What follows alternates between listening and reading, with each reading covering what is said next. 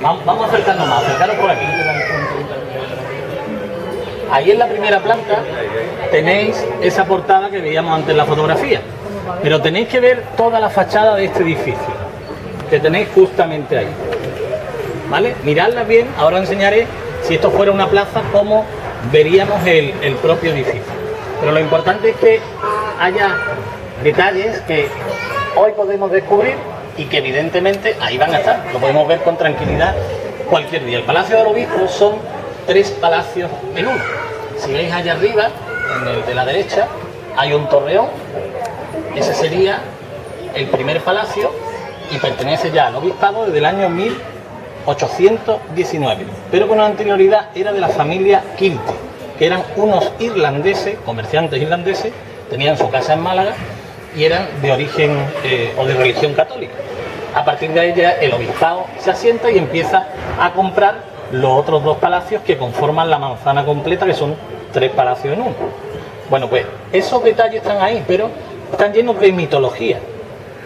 Nos vamos ahora a la portada de abajo, como es muy estrecha, fijaros después, tendréis tiempo para ir parando. Y ahora aquí os pasaré también la fotografía para que la veáis de cerca. Pero la primera escena, la que está rodeando sobre la portada al escudo, es Heracles, Hércules, luchando contra el león de Nemea. Y se dice que en esos trabajos de Hércules le costó muchísimo matar al león, tanto que si veis la escena se repite y en una aparece sin barba y en la otra con barba. Eso está en la parte baja, pero nos vamos arriba. Arriba, donde hemos visto antes esa portada, lo que tenemos son 2 hornacinas que están escoltando precisamente a Venus en la parte derecha y a Minerva en la parte izquierda. Desde aquí no se ve, ya la veréis ahora. Toda esa mitología era muy propia de la época del siglo XVI y XVII, donde se quería representar los valores del dueño de la casa. Entonces, esa lucha, esa garra, está representada abajo y la belleza y la guerra representados arriba. Ahora, ir viendo, precisamente aquí, es toda esta fachada. Si esto fuera una plaza, se vería así. Y fijaros qué maravilla de edificación, ¿verdad? Y pasa desapercibida. Es que la calle es muy estrecha, entonces... Y aquí tenéis las portadas, ¿vale? Aquí se ve perfectamente lo que vais a ver ahora ahí en persona. Concluye, ha sido restaurada, habéis visto muchos de ustedes la restauración en los últimos años, pero en 1837 los Heredia terminan esta manzana y le dan forma de cruz. No sé si habéis fijado en eso. Las columnas que están ahí, que ahora pues vamos a salir hacia allá, las columnas son de aquella mítica fábrica de la Constancia de Heredia. Estas columnas son auténticas, además se han restaurado y se le ha dado un valor que no tenían, porque si acordáis cómo estaba antes el pasaje, era algo escaparate y las columnas quedaban dentro de la muralla. Con lo cual ahora se ha ganado en mucho más. Y la forma de cruz, aparte de aprovechar las propias viviendas, es muy posible, porque esto no tenía por qué haber sido una cruz, ¿no? Podría haber sido una T. Sin embargo, se le hace esa hendidura. Hay una teoría, se pierden metros cuadrados de vivienda, ¿eh? Hay una teoría que es para que se recuerde que aquí hubo una ermita, la ermita de Santa Lucía, aquella calle es Santa Lucía, y allí estaba la ermita mirada hacia allá. ¿Por qué la ermita de Santa Lucía aquí? Vivían los propios, ¿se escucha bien? ¿Regular? Avisar, hombre, avisar. Un poquito más, ve ahora. Acercaros por aquí, aquí, venid por aquí. Acercaros por aquí.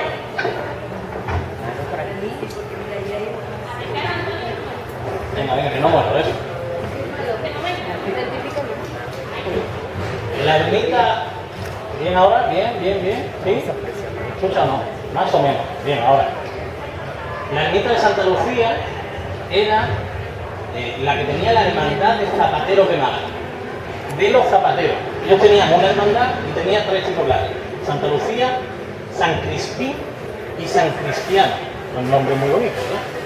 Bueno, pues ellos, ¿qué hacían? Los zapateros vivían donde trabajaban. Antes era así. Las casas talleres pues tenían. Entonces, imaginaros todo esto lleno de gremios de zapateros, sobre todo especialmente calle Santa Lucía. Recordad, estamos ahora mismo en lo que era una capilla, en el interior. justamente hacia allá estaba la cárcel que daba a la Plaza de la Constitución. Entonces, cuando es demolida la cárcel, porque hubo también una epidemia de cólera y se creía que demoliendo pues ya se acababa también la epidemia. Ello era siempre un no parar, ¿no? Como ahora con el caso de ébola, ¿no? Se puede entender precisamente el pánico que podía ocurrir en una población cuando empezaba una epidemia y empezaba a haber personas que morían. Pues eso ocurría y además no había remedio. Era bastante duro. Bueno, pues todo eso hay que unirlo con ese modo de ver. Con una calle muy estrecha, que es algo que podemos decir que en el siglo XVI ocurriera esto es brutal. Piden los zapateros que se ponga un volardo para impedir el paso de los carros. Son los comerciantes, los zapateros, los que piden una calle peatonal. Eso es raro también, ¿verdad? Hoy en día crean... Pues ¿por qué lo hacían? Porque la calle era tan estrecha que los carros, si bandeaban un poco, rompían los cristales y los escaparates. Y al final eran problemas para ellos. Entonces preferían tener una zona peatonal.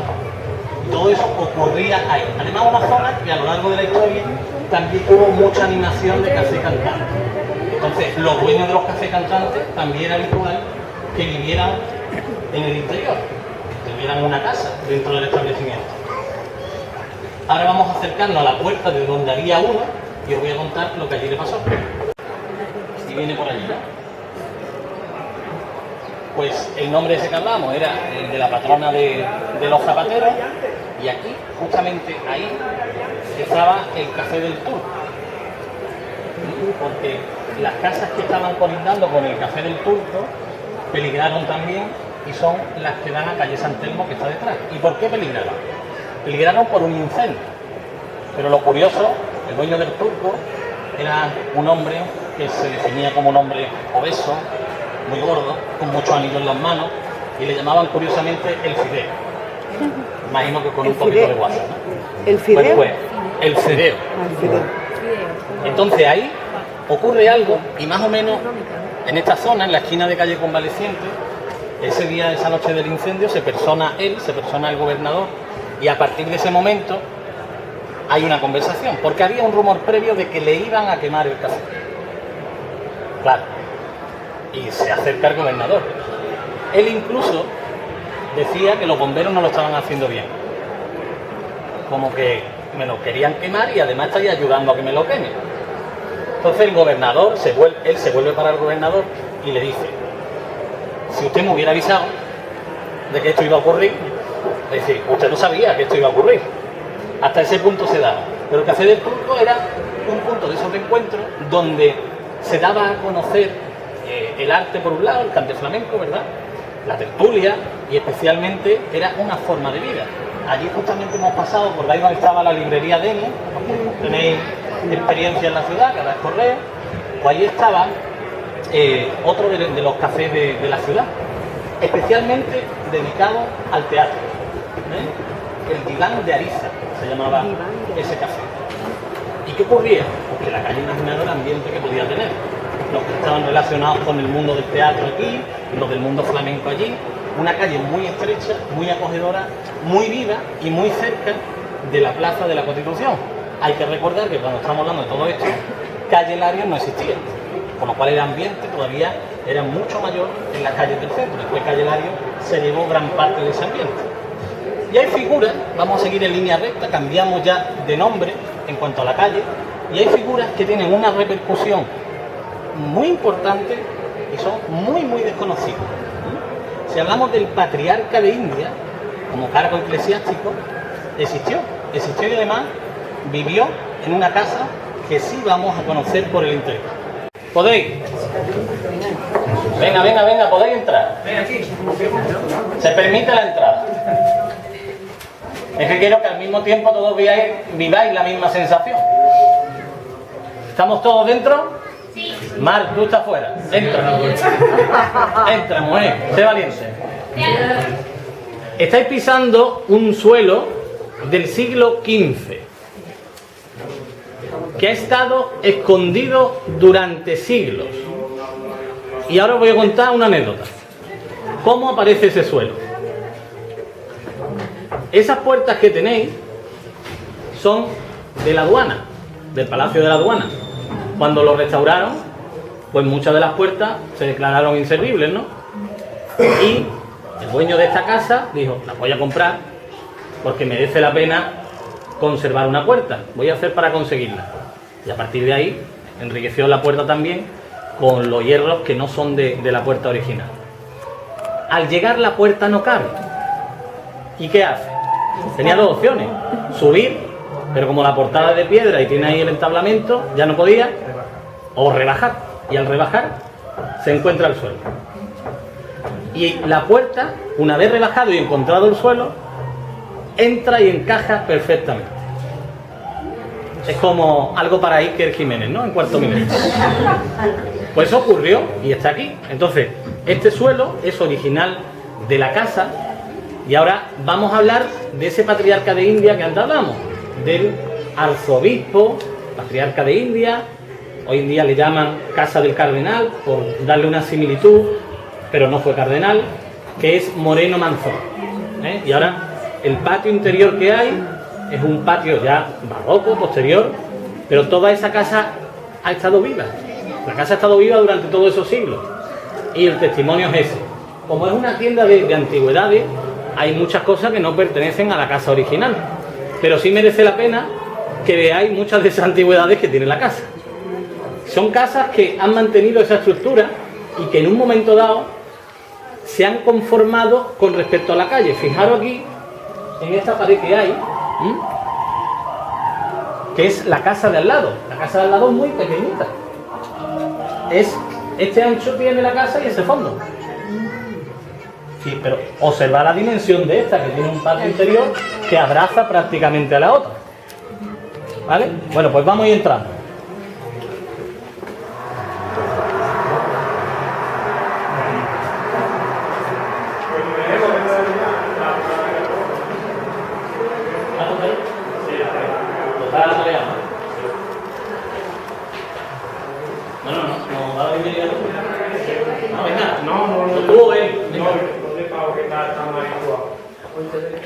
Qué bonito.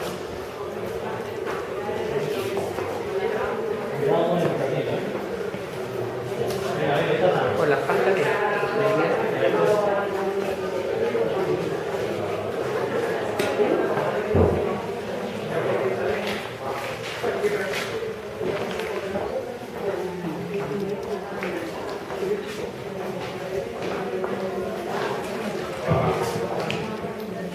Venga, ir pasando, ir pasando.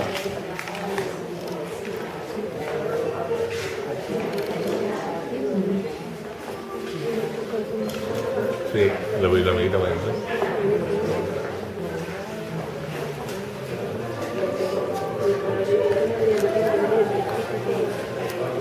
Mira, aquí la que está viendo todo la pantalla.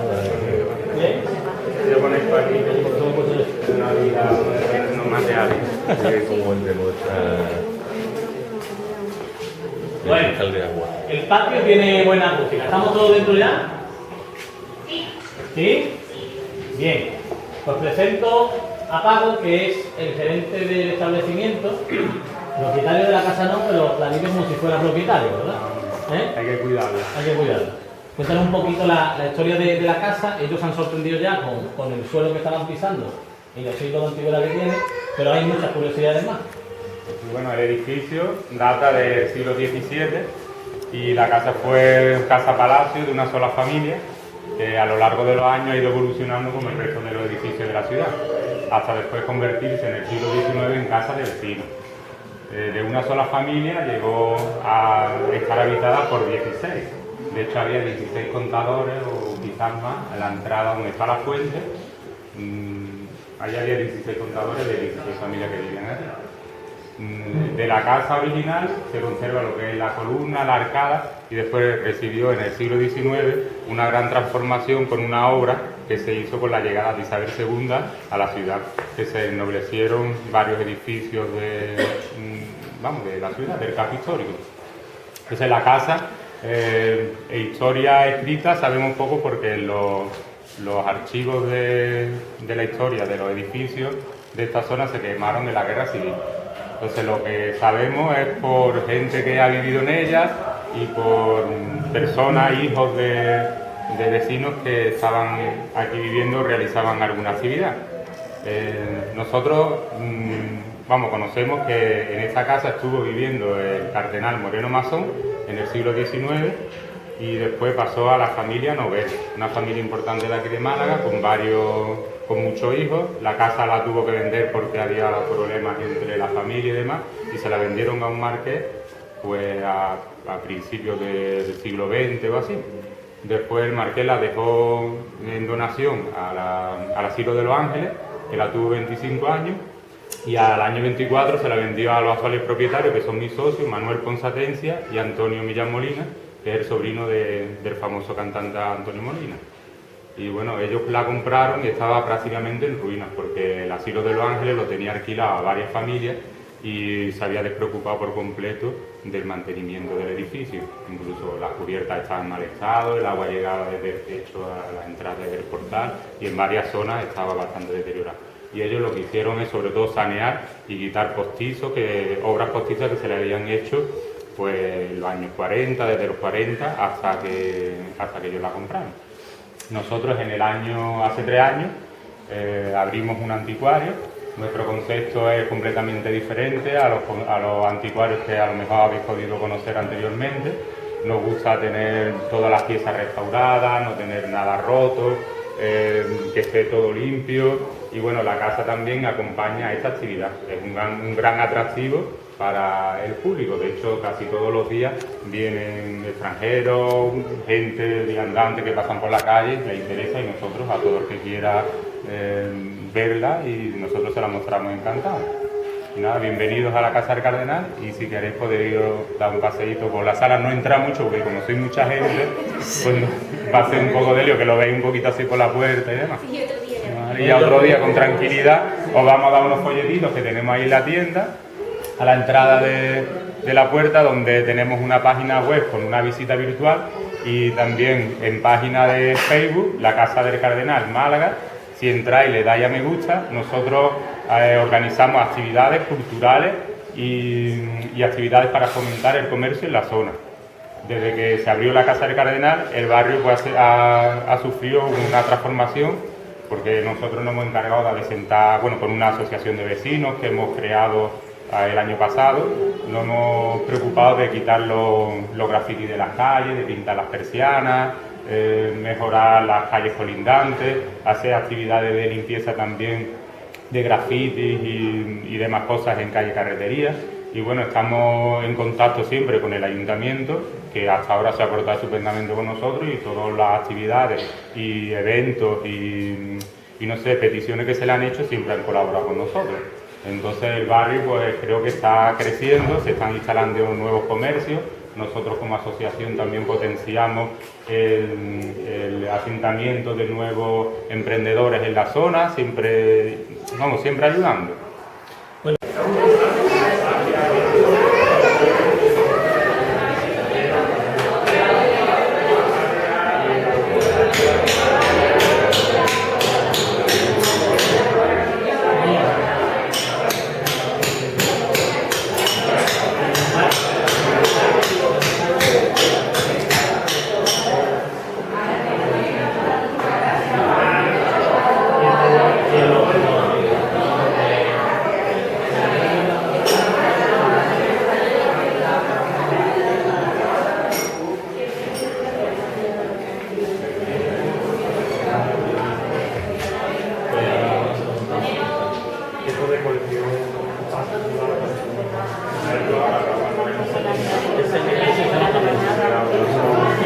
No sé, el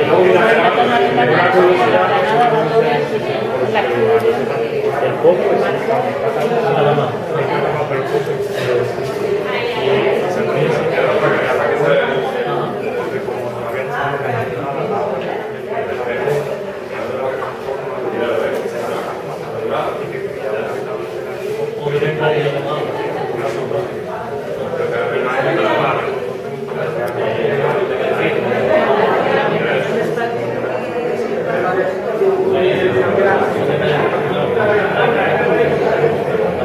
Gracias.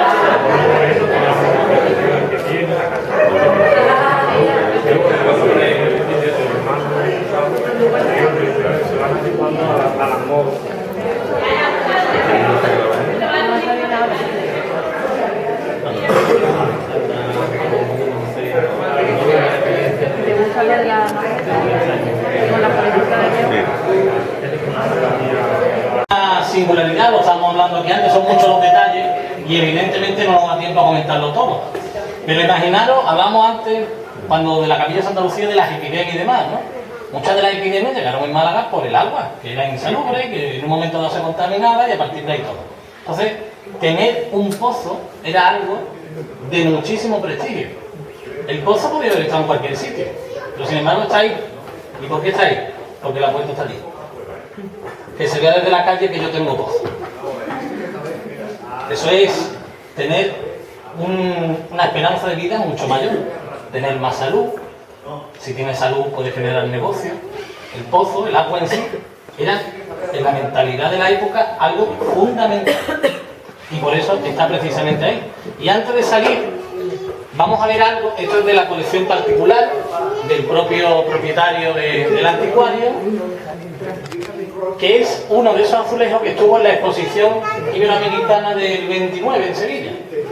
¿Habéis visto la Plaza España? Sí. ¿Habéis visto los azulejos? Sí. Son de mensajes, uno de los más afamados de la época, que hacía estos cuadros cerámicos. Pues este también es de mensajes. Entonces son elementos que están ahí. Estamos viendo la entrega de llave de la ciudad de Granada y el propio marco también, incluso en la parte baja, tiene la granada. Todos esos elementos que veis, evidentemente, si son del 29, ya estamos en el 14, pues son elementos que dentro de muy poco, ¿verdad?, tendrán un siglo. Todo esto va evolucionando y esa sensibilidad, de alguna forma, hay que conservarla. Y posiblemente una pieza de estas características se hubiera perdido. Porque claro, la Plaza España en Sevilla es más difícil de ponerla, ¿no? Pero piezas tan singulares y tan pequeñas, pues en un momento dado pueden desaparecer. Si no es por la sensibilidad de personas como la del propietario, muy difícilmente podría daros yo ahora esta explicación. Bueno, pues cantidad de detalles. Yo recomiendo que volváis, que busquéis a Paco, que lo va a explicar todo estupendamente, y además las piezas que tiene el propio anticuario, que hay algunas que un día me enseñaba un rosario de cristal, que son verdaderas joyas, y esas son minucias que cuando uno las tiene en la mano ya cobran un sentido totalmente distinto. Eso es parte también de la esencia de las casas. La historia que he contado es, ya hay que ir sumándole esta nueva etapa que está viviendo. Así que ya continuamos. La fachada que tiene es más fachada que profundidad, y tiene unos balcones preciosos, se llaman balcones preñados. Está claro el porqué, ¿verdad? El balcón tiene una panza prominente y los que lo escoltan son de rejería. El de arriba, el superior, es un cierro, y no sé si habéis fijado, seguramente todos habéis fijado alguna vez, pero habéis fijado la ventanita que hay, Sí, sí. en la parte intermedia para mirar la calle. Ah, fíjate. Claro, venía alguien, no, pegaba en la puerta y en vez de abrir la ventana no se miraba por la ventanita. O sea, era quizás la única ventana de la casa sin cortina. ¿No? En vez de ponerle algo. Bueno, continuamos. Vamos. La calle Mosquera. Y me decían, Nosquera, ¿verdad?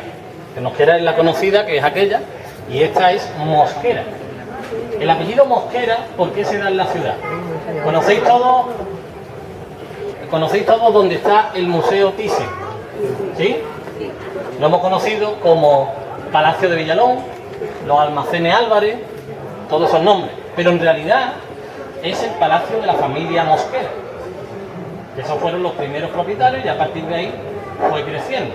Hay una serie de apellidos de palacios repartidos por la ciudad que por aquello de los avatares históricos empiezan a desvanecerse. Hoy vamos a ver varios ejemplos de familias que entre sí se van uniendo y entonces al final tienen varios títulos nobiliarios una misma persona.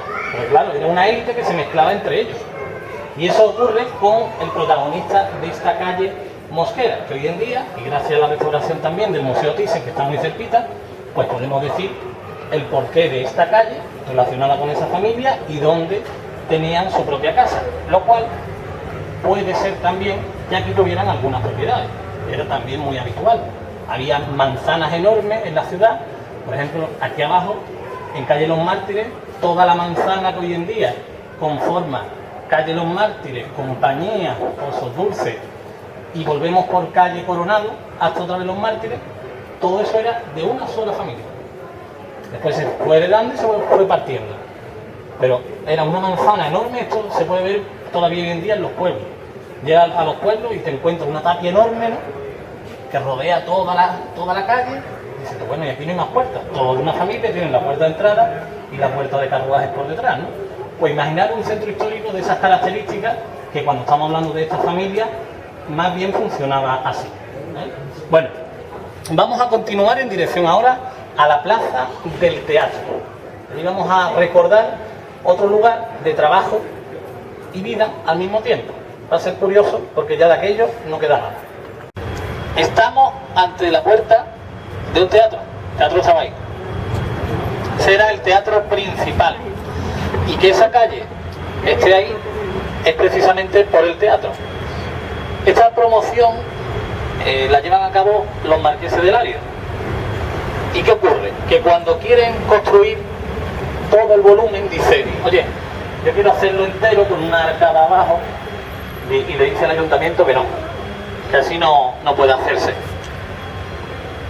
Pues, ¿qué solución le damos? Dice, hombre, es que tenemos ahí el teatro, y el teatro necesita una evacuación, ¿no?, de forma que el público pueda salir. Hace falta abrir una calle. Bien, se abre la calle y dice, pero yo pierdo abajo todo el espacio que tenía, tengo que abrir la calle, me tienes que dar algo a cambio. Estamos hablando de 1840. Dice, me tienes que dar que esa calle se llame Calle Lario.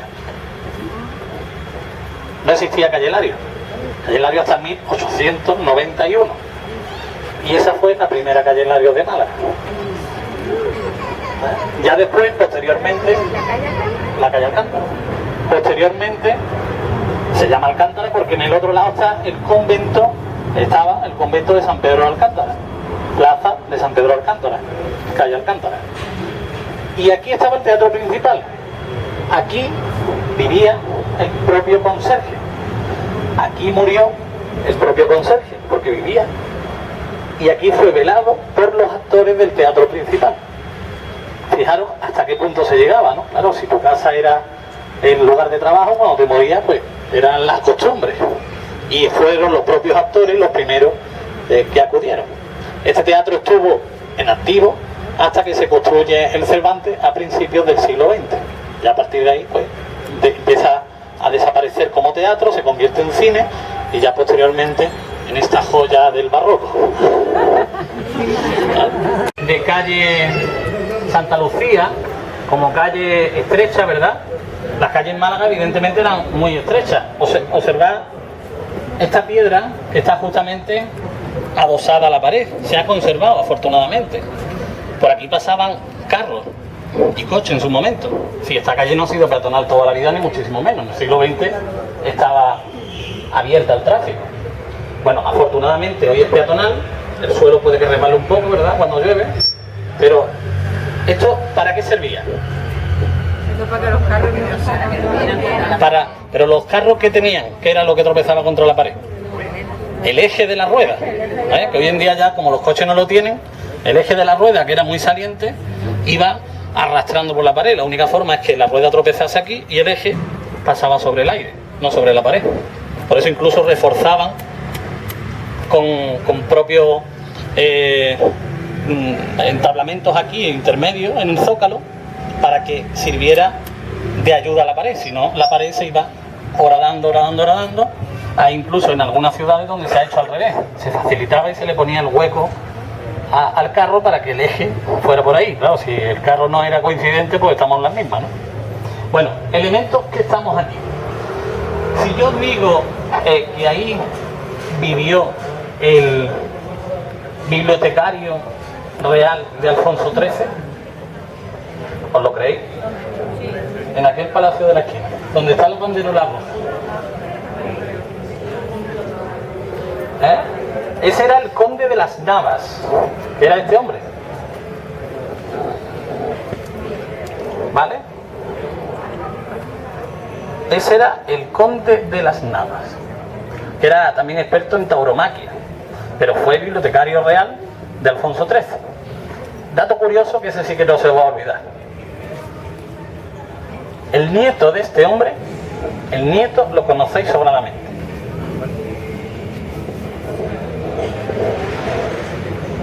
El nieto de este hombre. El título completo, a los que os gusta el vino, os puede dar una pista. Conde de Donadio de Casasola y de las Navas. El nieto de este hombre ha hecho un vino con un nombre que se llama Conde de Donadio. ¿Quién es? Bertín Osborne. Es nieto del Conde de las Navas. ¿Vale? Afortunadamente, el Palacio del Conde de las Navas, hoy en día en el Museo de la Música, que también es otro de esos edificios restaurados, y afortunadamente para el disfrute de la ciudad, de los que vivimos y de los que vienen de fuera, ¿no? Así que también hay que tenerlo presente para una futura visita. Este es importante, pero hay que unir el concepto de ciudad. Edificio, se coloca una fuente delante, tiene un mensaje, y todo eso, lo voy a contar ahora, pasa desapercibido. Esa es la gran pena. ¿Qué le falta? Le falta quizá, pues yo voy hasta aquí las 24 horas contando lo que pasa en cada esquina, ¿no? Un rótulo. Aunque hubiera un rótulo ya sería más que suficiente. La Diputación Provincial la habéis conocido en la Plaza de la Marina, ¿verdad? Ahora está allí en Calle Pacífico. Pues esta era la Diputación anterior. Este era el edificio de la Diputación, la sede de la Diputación. Un edificio de importancia notable y que en su momento ya se quedó desfasado. También se albergaba en el solar de otro de los edificios conventuales que había en esta zona de Calle Álava. O sea, al quedarse aquí en Calle Beata, se le dio una presencia fundamental a esta fachada que, digamos, está más cerca del centro. Pero la fuente, que lo vamos a acercar ahora a verla, la fuente esconde también una serie de elementos que no son nada conocidos. Allí hay una escena mitológica. Hablamos antes en la portada del Palacio de los Kirti de la mitología también, ¿no? Pues aquí volvemos a echar mano de ella para llevarla a la propia ciudad. No es algo que sea algo puntual. La fuente de las Tres Gracias del parque nos recuerda exactamente lo mismo. Y hay otros elementos que están repartidos, quizás más pequeños, que al final nos dan un mensaje. Todo eso unido nos hacen ver una ciudad distinta. Pues vamos a acercarnos a la fuente, la rodeamos, pero fijaros antes, nos vamos a poner por delante, pero fijaros antes la parte trasera, que son cabezas de perros. Y vamos a explicar el porqué de esos perros. ¿Y este edificio ahora te lo dedicas? Vale. Magnífico. Vaya, hombre,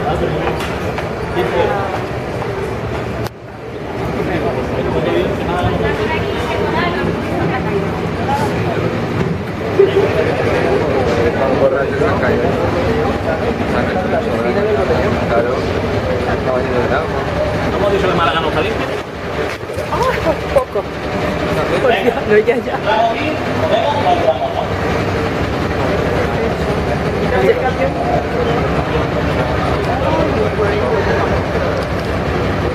Bueno, escuchamos porque el camión tampoco nos va a dejar mucho. Los perros que están aquí representan también la escena que estamos viendo.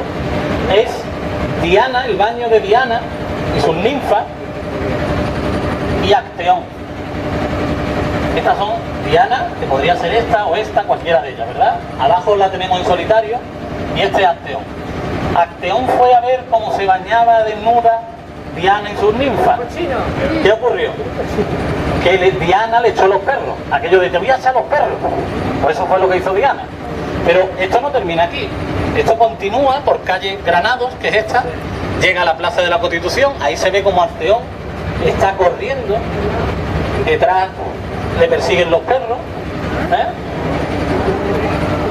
¿vale?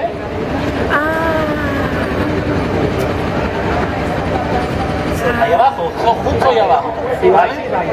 Y al final termina precisamente en un obelisco que nos recuerda al Empire State de Nueva York, pero que no lo es, y que esa obra está inconclusa, que era simplemente el tener ahí un manantial de agua y ese agua que bajase emulando otra vez al baño de Diana. Toda esa escena está representada aquí. Y Y toda esa escena, pues si no nos da cuenta en ningún sitio, difícilmente se puede contar. Bien, hoy la vemos incluso sin agua, están haciendo tareas de limpieza, lo cual es también recomendable, aconsejable y necesario. Continuamos ahora. ¿Alguien más? ¿Se gusta? Bueno, Jesús Castellano, lo conocéis sobradamente, ¿verdad? Él vivía, murió justamente donde están las persianas verdes, tenía su estudio ahí arriba, él era diseñador cofrade, profesor de universidad, de historia de la medicina, y murió, dejó muchos elementos. El lunes santo sale la cofradía de Dolores del Puente, que todo lo que sale es creación suya, pero otros muchos elementos que salen en Semana Santa fueron diseñados por él. Además era una de esas personas que contribuía a la ciudad.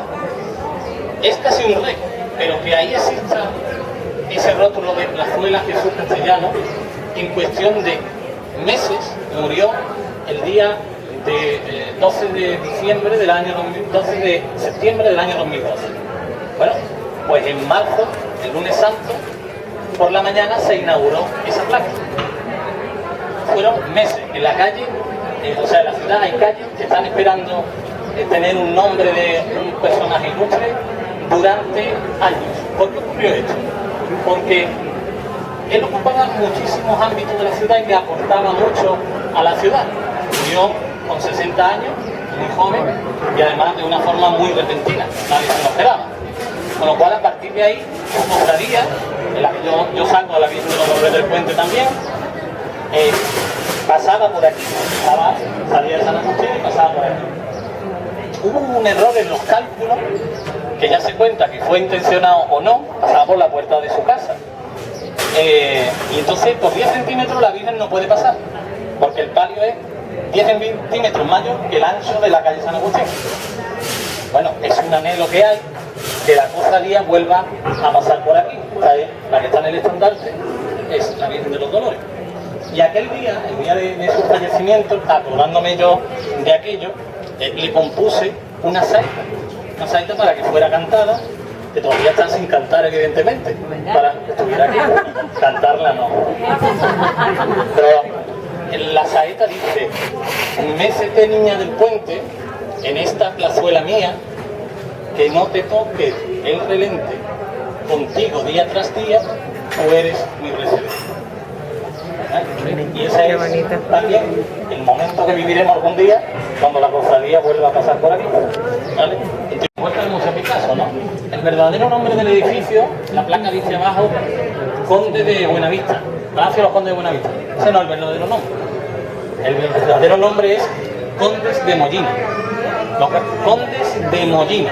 Lo que hablábamos antes de cómo las familias se van uniendo unas con otras.